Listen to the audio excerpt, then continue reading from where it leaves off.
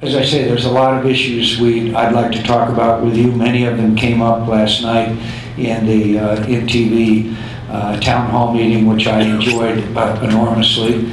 But I'd like to end up by just talking to you about Iraq a second, because I don't have to tell you in this audience that the war in Iraq has been frustrating. It's made a lot of Americans angry, and it has entailed enormous sacrifice. We all know that. And it's had a strong effect here in the state of New Hampshire. Our state of New Hampshire Guard and Reserves have done magnificent work. They've done more than anyone ever expected, frankly, of the Guard and Reserve. Some of them have gone over 2, 3, 4 times to Iraq and Afghanistan. And it's incredible what they have done. But we've also sacrificed brave young citizens of the state. And for nearly 4 years, I railed against and fought against this Rumsfeld strategy, which I said was doomed to failure. It was the wrong strategy. They were going out and killing people and then coming back to the base, and the bad people would come back in. And I was criticized by Republicans because I was disloyal to Rumsfeld, disloyal to the president.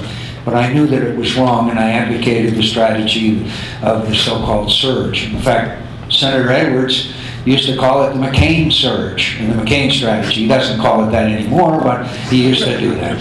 So I knew what was the right strategy, and that strategy is succeeding. Why did I know that? Because I have the knowledge and the experience and the background that gives me the judgment to know how to handle this nation's national security challenges. I've been involved in them for the last 20 years. And so I just want to report to you, after having spent Thanksgiving over there and spending time with the troops, that their morale is good, that it's long and hard and tough, that they are succeeding, that they've got Al-Qaeda on the run. They don't have Al-Qaeda beaten, but they got them on the run.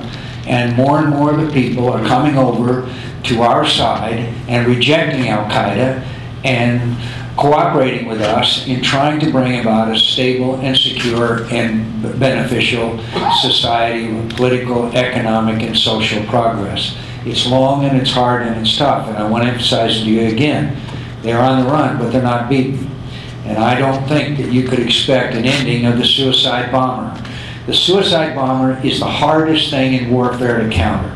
That's been true back to the days of the earliest types of warfare. It was true in World War II with the kamikaze pilot. It's true today. When someone is willing to take their own life in order to take that of another one, they're hard to count. Ask the Israelis and the difficulties they've had with the suicide bomber. So it's not over. I'd love to tell you that it's over. But I can tell you that we are succeeding, and I believe over time we'll be able to give more and more of the responsibilities over to the Iraqis, have the Maliki government function effectively. Now, the Democrats are saying, the same ones that last April Harry Reid said the war is lost in Iraq militarily, they're now saying, well, you're making progress, but they haven't got the political, militarily, but politically they're not moving forward. Well, my friends, I have to tell you, there's no Thomas Jeffersons in Iraq. Saddam Hussein killed all of them. If there was anybody that had their head up during Saddam Hussein's time, he killed them. And democracy is the hardest thing for people to adopt. And remember, they had no experience in it. When the Berlin Wall fell down and the Soviet Union collapsed, we found that even those countries had enormous difficulties. Still, East Germany has not fully integrated into the Federal Republic of Germany.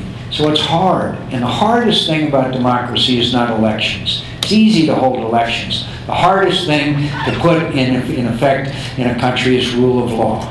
Because without rule of law, elections don't mean anything. I just state the obvious, but sometimes we forget that. The most endangered people in Iraq today are their judges. The judges.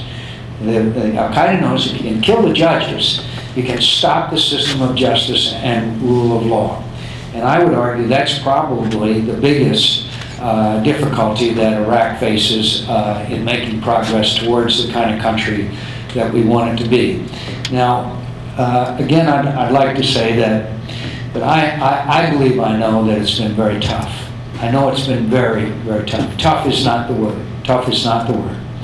And yet, I think one of the important things that I can do is to make sure that the sacrifice these young Americans have made was not in vain, and that we don't have to sacrifice more American lives, because if we let Iraq, they would follow us home.